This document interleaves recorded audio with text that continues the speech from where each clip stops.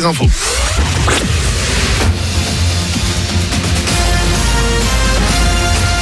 Toute l'actu sur Monaco-Menton avec Frédéric Plat. Bonjour. À l'ombre d'un nuage aujourd'hui dans le ciel de Monaco et des Alpes-Maritimes. Le soleil s'impose depuis le lever du jour. Jusqu'à 16 degrés de prévu au plus fort, 10 de suite à Menton. Pour demain et vendredi, le bleu du ciel sera le plus souvent voilé. C'était la météo sur Énergie avec le Taj, restaurant indien à Menton, en livraison à domicile et vente à emporter. La Roya se désenclave encore un peu plus. Les ponts provisoires d'Ambo et du Kairos vont ouvrir aujourd'hui à la circulation entre Breil et Fontan. En attendant la construction d'ouvrages définitifs, ils vont déjà remplacer les passages à gué fragiles construits après le passage de la tempête Alex. Dès 17h donc ce mercredi, la circulation va s'y faire en circulation alternée. Dans l'actu également, on pourrait être fixé dès aujourd'hui sur l'avenir de nos futurs week-ends. Confinés ou pas, côté chiffre en tout cas, il y a actuellement 716 personnes hospitalisées pour Covid, rien que dans les Alpes-Maritimes, 126 en réanimation, avec un taux d'incidence toujours parmi les plus élevés de France, malgré une baisse. Chez nos voisins italiens, le seuil des 100 000 morts vient d'être dépassé, plus 694 ces dernières 24 heures, et un total donc de 100 479. Il y a également eu plus de 33 600 nouveaux cas hier.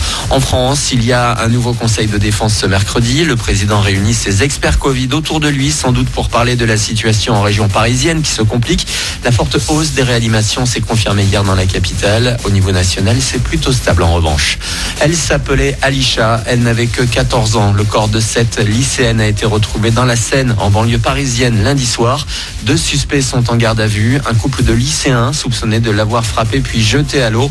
Les premiers éléments évoquent un drame sur fond de triangle amoureux et de harcèlement sur les réseaux sociaux. À la page de sport, du foot et la Ligue des Champions. Qualification surprise de Porto hier sur la pelouse de la Juventus Turin.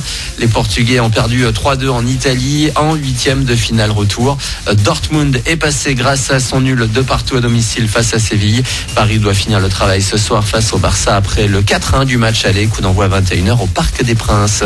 En basket, Monaco déjà qualifié a confirmé hier. L'ASM a conclu son top 16 Eurocup avec une belle 5e victoire sur le parquet de Malaga, 98-89. En quart de finale, la Roca Team affrontera Budućnost Podgorica, club monténégrin.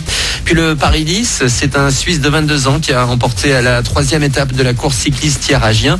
Stéphane Bissegger prend également la tête du classement général. 187 km 500 au programme aujourd'hui entre Chalon-sur-Saône et Chirouble dans le Rhône. Entre vendredi et dimanche, il faudra s'attendre à des perturbations de circulation sur le passage des étapes azuréennes.